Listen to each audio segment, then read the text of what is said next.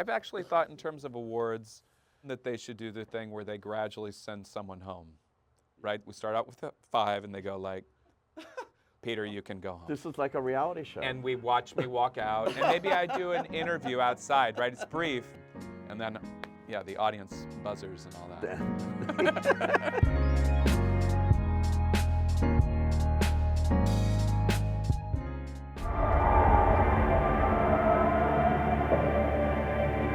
Anna said there was a man outside. He followed me home from the Woodbury event. Get away from the window.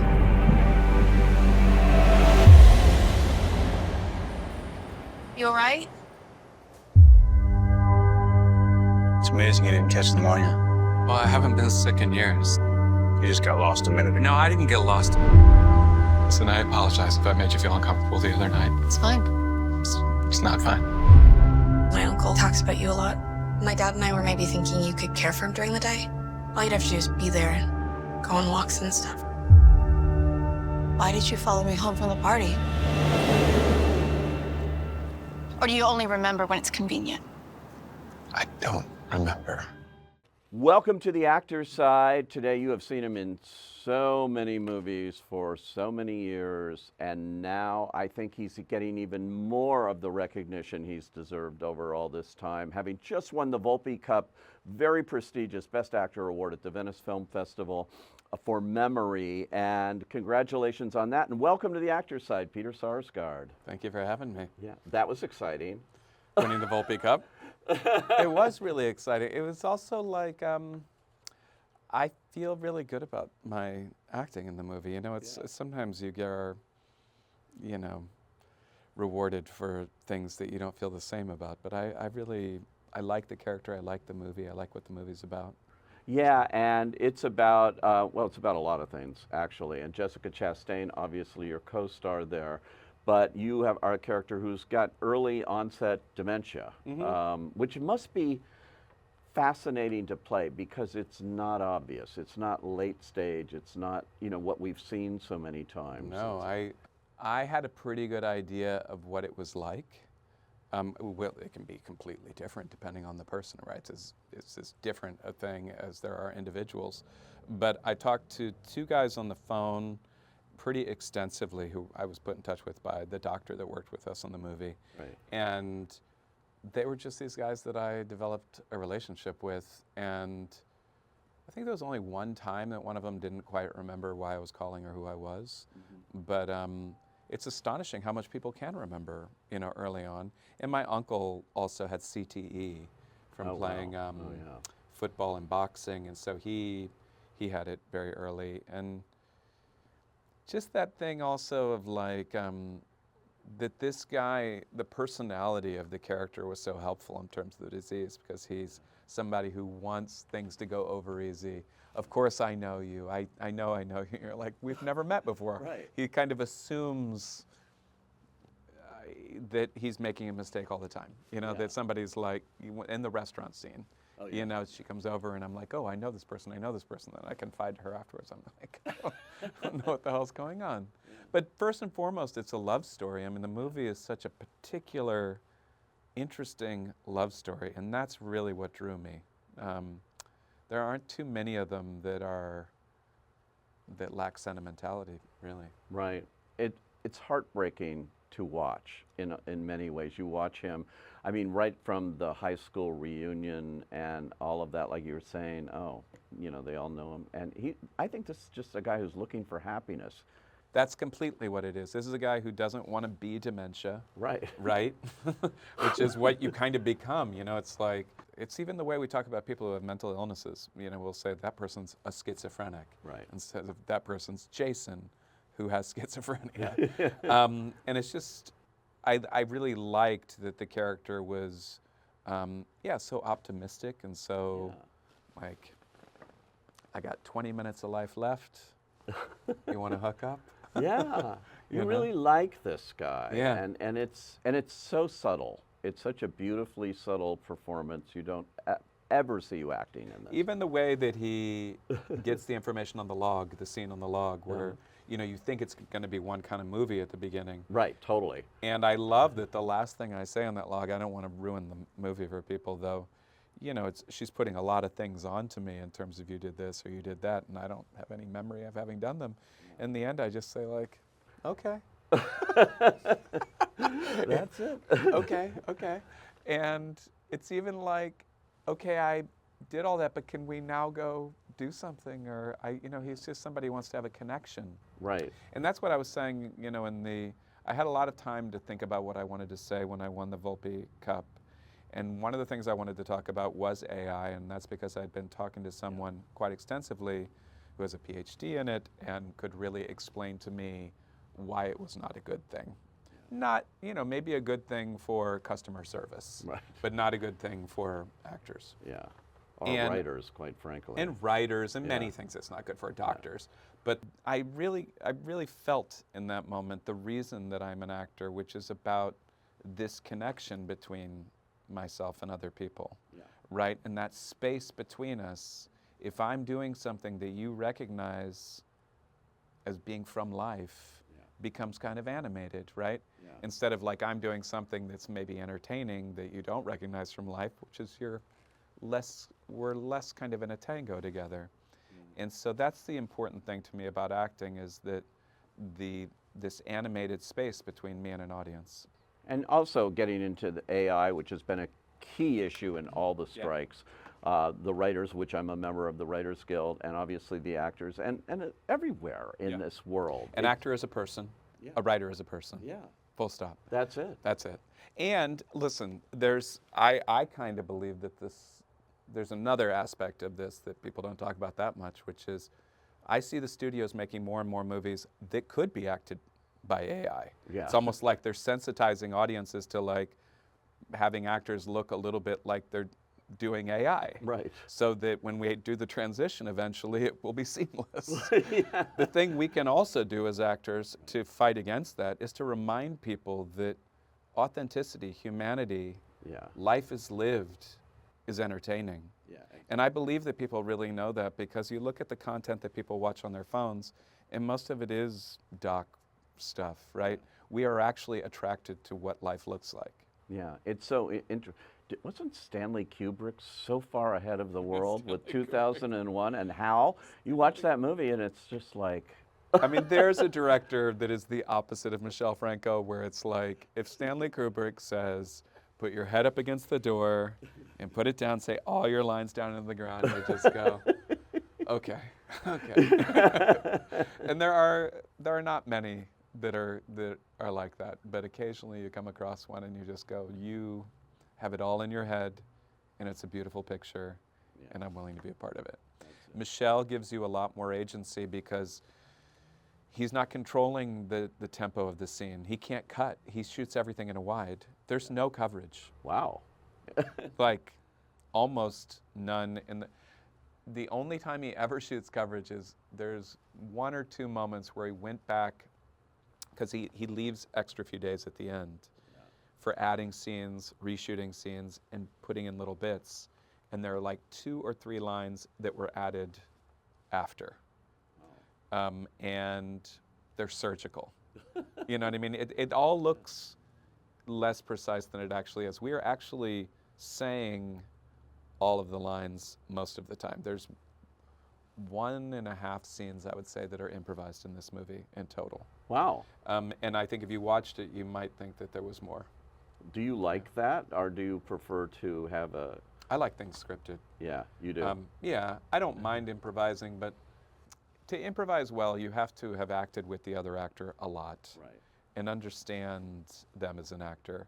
Because what happens with a group of actors and you say, we're going to improvise this scene, is that everybody starts talking. And it's like, I mean, when I worked with Woody Allen, he would say that. He would say, if you want to, you can say whatever you want. You can add other lines or say whatever you want, and of course, you would do that maybe, and then he'd be like, "What the hell was that?" So it better be good. Yeah. And I think most of the time, that sort of objective reality, which is the story, is an important thing to keep intact. I really respect the story. That's why we do it. And all the stuff I do is, of course, subjective. I'm like in the coal mine going like, we can't get out this way, or what, you know. I'm in it. And Michel invites you to go look at the monitor. He edits on set. The film is being shot in order. You could literally watch the movie up until the scene you were shooting if you wanted to. But I never wanted to. It's a very European way of making movies. They make movies differently around the globe than they do here in Hollywood. I mean, he is the Mexican Bob Dylan.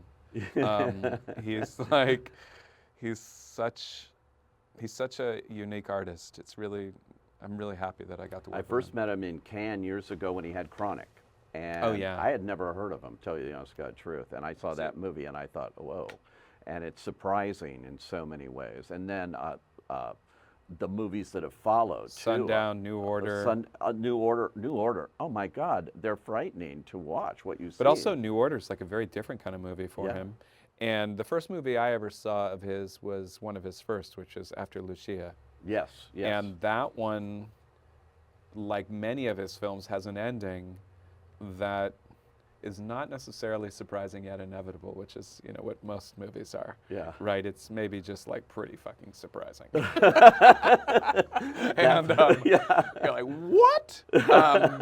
And I offered him, because he calls the script the guide. Like I said, we are saying most of the lines as scripted, but he always would say, this is just a guide. In Spanish, the word for script is guide.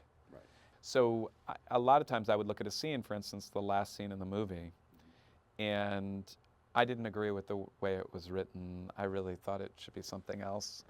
And I offered an opinion as to what I thought it should be with him in mind as a director. Right. I was like, well, since you're directing it, I don't understand why it's not this ending. And that ending, I don't want to spoil the movie, but it would have been very, very brutal. Wow. It didn't involve anyone dying or anything okay. like that, but Yeah. it was just like an incredibly brutal ending. And I would say the ending that we have splits the difference kind of between that idea and the one he wrote. Well, so that's a real collaboration, though. That is a real collaboration. Between actor and director here, and He's writer. all for it. Yeah. And I actually was always really conscious of not abusing it. You know, because a lot of directors I've worked with, look, I did a movie with Wayne Wang called Center of the World, where like Paul Auster and his wife Siri were writing the script. She wrote the female character, he wrote the male character, but we changed everything so much on the day with Wayne, and it was a lot of improvisation and stuff, that in the end, it wasn't clear whose movie it was, or what was, you know what I mean? The movie is successful in a lot of ways. Molly Parker was nominated for an Independent Spirit Award. Yeah. Tremendous performance. But I always really felt like with Michel that he was going to mind the story. Yeah. I didn't, as much freedom as he gave me, he wouldn't let the whole thing get off track. Yeah, that's interesting. Do you like doing indie? I mean, look, I saw you in The Batman. Yeah. And that was fun. Yeah, it right? was fun. You get to play a lot of bad guys too, but villainous people sometimes. I think it's funny that I play a lot of bad guys. I mean, anyone who knows You're me such in my a life. nice guy, you know. I don't know. I'm not such a nice guy, but I'm a pretty nice guy. I'm a nice enough guy. I think it's unusual for the people who knew me in the many places where I grew up. They must think like, why is he playing John Lauder or something like right. that? Right. That in Boys Don't Cry. Yeah, because those were probably the guys that were, when I was in Oklahoma, they beat me up. Right. You know. And now here I will actually tell you that is what happened. You know, because I was always new to any given place. Right. You moved around a lot. A didn't lot. you? So that sense of adaptation probably has something to do with acting. But, you know, I changed my name sometimes. I went by John when I lived in Oklahoma. That is my first name. Yeah. Unfortunately, my father's first name is also John, so it got very confusing for a while. But yeah, a lot of these are, you know, probably a lot of the characters that I played are drawn off of not just people that I was close with, but with people who intimidated me or people that I was around and thought about a lot and tried to understand. I've always been somebody who's like, okay, that guy just like beat me up in the parking lot. and took my sandwich and stepped on it. Like, why? You know, I think people who go through things like that frequently get very curious about the person that did it. Yeah. You know, you've played so many interesting, complex characters. Shattered Glass is one of my favorites. I still, to this day, have the press notebooks they used as promo items from that. So I'm constantly, so you're right on the cover of that little notebook. It's a good notebook. But I remember that movie so well, and I just thought that was such a great performance. And Jarhead, one of the first things I saw you do was, you know. I mean, Jarhead was a complicated experience too, because, you know, obviously a large part of the reason I did that movie was I'd met my wife, and this was her brother. Right, you're playing with the And Jake. it would have been an opportunity to go meet him and hang out with him for a while. And it was not it turns out, an ideal circumstance to do that. That film was, you know, the boredom that the characters are going through of cleaning their rifles and everything was a lot of what it felt like to be on the movie, especially if you weren't Jake, for example. Right, yeah. And yeah, I think I got tired of doing it halfway through, and so then when that scene came up where I want to take the shot, to me that scene is like, I want to act. I want to do something in the movie. And it's like somebody saying you can't. So the things that create a certain performance always have to do exactly with the conditions in which they're made. Yeah. Actually, I just did Roger Deakins' podcast when I was shooting this movie in Munich that I did, that Sean Penn produced, actually. Oh, wow. That's about the sports announcers that covered the Munich Olympics in '72. I play Rune Aldridge. Oh, wow. And it's like that hostage situation from inside the sports room, because they had the light satellite feed and everything. Rune Aldridge was a famous ABC producer. He was, yeah. like, one of the most famous. You see his name. I saw that guy's name so many times. Very interesting character. Yeah. So I was over there filming that, and Roger said, oh, I have this podcast, and you want to be on it? And so it was fun. It was difficult because of the connection, but he's somebody that I really admire. And my first film he shot also, which was Dead Man Walking. Oh, So- yeah. Yeah. You've been in this business a while now. 1995, that was, so. Yeah, actually, I was in the business technically before then, too, because I did other things. Well, and you continue, and you know, and of course, Lost Daughter, you were in, directed by your wife, who you mentioned, Maggie Gyllenhaal, who sat in that chair a couple of times with me, and she just turns out to be a triple threat, quadruple threat in this business. Well, we're doing another movie now, you know, that's, if it's not announced, it's going to be announced, and it's a bigger film. Oh, is it? Okay. Yeah, and it's very exciting. It's also one that is, this one's not based off any source material. She wrote it, it's from her mind. It includes some things that you'll recognize, but I'm very, very excited about that.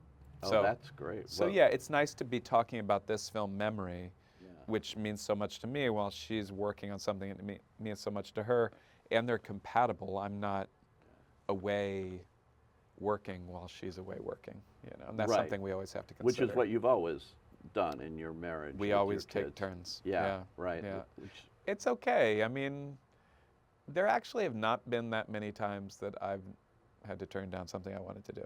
oh, Yeah, okay. maybe I can think of one time in particular, Really, what was but that? maybe I can't say. See, if I say it's not fair because another actor did it, and Yeah. it's like, oh, that was my part. Did he do well? Excuse me. I think he was nominated for an Academy Oh, Award. of course. Yeah. There you go. There you go. But listen, as my wife says, that does not mean you would have been. He did a great job. That doesn't mean you would have done a great job. That's so It's not like the part that has the thing attached to it. Yeah. Sometimes these things are fated to be, you know. Yeah, and you know, the thing about winning the Volpe Cup that really meant a lot to me, because it's so contained, you know, it's like these films get selected by somebody who was thinking about it. There's a jury, they watch all the films, and then they decided after talking to give me an award. It feels like, I feel like I've really won the award. Yeah. Well, you did. But I've won the award that really means something to me. you know? well, that one's so. When you Yeah. look at the list of people who have won that over the No, I know. decades of Venice, it's quite I impressive. saw Willem Dafoe, and he said he was giving me advice on how to clean it. He said if you're not careful, it will like tarnish and stuff. It's it's a little needs like a little overspray maybe. Yeah, I love it. I was going to ask you too about Lost Daughter, about Maggie's movie. You're playing in flashbacks essentially with Jessie Buckley, and you're being directed by your wife. You've probably been asked this a million times, but you're being directed by your wife in a love scenes and Yeah. things. Is that easy to do, or Maybe I'm strange, but like the thing about love scenes, it's kind of shocking when you do them how not sexual they are. I mean, for people who haven't done them, they think they might be titillating. It's actually a lot easier to do a love scene and think about acting and what it might mean yeah? than it would be to do a long kissing scene. Ah. Because kissing is kissing. Yeah. Lovemaking scenes is entirely fake. Right. At least in this decade. Choreographed. Yes. Yeah. Oh, yes. I mean, I know there's precedent for all kinds of crazy shit, but that's the Yeah. Hollywood. Don't- In the yeah. world that I live in, it is pretend, and if you do it well, like I think we do in that movie, Yeah, it has a kind of meaning. It's not just like, oh, and then they had sex. Yeah, exactly. It's actually, that was such a good movie too. Oh man, I'm so happy to be on the Michelle Franco roster of talent and the Maggie Gyllenhaal roster. It's like, I do think I'll do a lot of movies with both of them. That's cool. And that's kind of what I've always been looking for, is to find my collaborators. And it takes a very long time. Yeah, it doesn't always work out, but look at Jenna Rollins and John Cassavetes or something, Yeah, I got to work with Jenna many years ago in Skeleton Key. Oh, yeah. I had a really great idea for that movie that only Jenna and I liked, which was, we're trying to put her into Kate Hudson's body. Yeah, I've come out of John Hurt's body. right. We're trying to get her into Kate Hudson's body so that we can be young people forever and blah, blah, blah. And I said, so you're actually my lover in the movie. You're the woman that we haven't transferred over. Yeah. I said, before anybody finds out what's going on in this movie, don't you think that we should have a serious makeout scene where everybody was just like, what's going on? Yeah. I thought it was. And she was really into it. And we went and asked Ian Softly, and he seemed maybe less into it, but into it. And then it got axed. Oh. But I thought, sometimes I think of that movie and I think, God, that would have been great. But look, on bigger movies, also this goes back to what we were saying before, is there's more money at stake, there's more nervous people in the house, and people aren't willing to take chances as much, and especially if they're coming from an actor. Like, Yeah, he thinks he should make out with Jenna Rollins. Everyone thinks they should make out with Jenna Rollins. Hey, speaking of actors, you played Hamlet. I did, yeah. Is that just a rite of passage for actors to try to do Hamlet, or was that? It was great. I mean, really great. I would say the person who enjoys Hamlet the most is the person playing Hamlet. Yeah. And that's, listen, that's fine. People got to come and watch me have a very good time. Yeah. I always, every night, as I was about to walk out, would say, why do I do this to myself? Because it seemed like impossible. I mean, Yeah. you're like, I'm going to be talking for 4 hours. Right. And all this very little happens. Yeah. Like very little, astonishing little happens. The major act happens before the play starts. Yeah. King's dead. Who killed the king? How come we don't get to see the king get killed? And be like it's him and he's hiding. There's none of that. So I love it. It still kind of goes around in my brain. Little things occur to me. I try not to be the annoying actor who pulls out a Hamlet quote that goes with whatever someone's saying. But Well, Laurence Olivier always said, forget awards and competition, have 5 actors play Hamlet and then decide who's the best. I do think, like with the awards stuff, just as we need campaign finance reform in politics, Yes. we might need awards finance I reform. think so too, but it's fun anyway. You know. Oh, I really love it. And I have to say, I actually really have enjoyed kind of learning to receive an award, you know? It's not something I've done very much in my life, and I like it. I like all of it, especially when it's for a movie like this that I think in these times that are so brutal, where we wake up each morning, and I don't know if anyone's like me, I take it in almost the first thing in my day and I carry it throughout my day. This film is so humanistic. It is not to disassociate from what's going on like some movies would have you do, but to remind you of the better part of humanity. And I think that's why audiences have been incredibly emotional watching the movie, and it's not just because we killed the dog in the end or something like that. You don't have to do that. It's such a beautiful performance, and I do hope everyone goes to see this. Now that it's got a distributor here to get it out there, that, as you said before. See it in the theater. See, I'll see Please. everything in the theater. See everything in the theater. Yeah. Peter Sarsgaard, thanks for joining us on The Actors Thanks for Side. having me, man. Yeah. Cheers.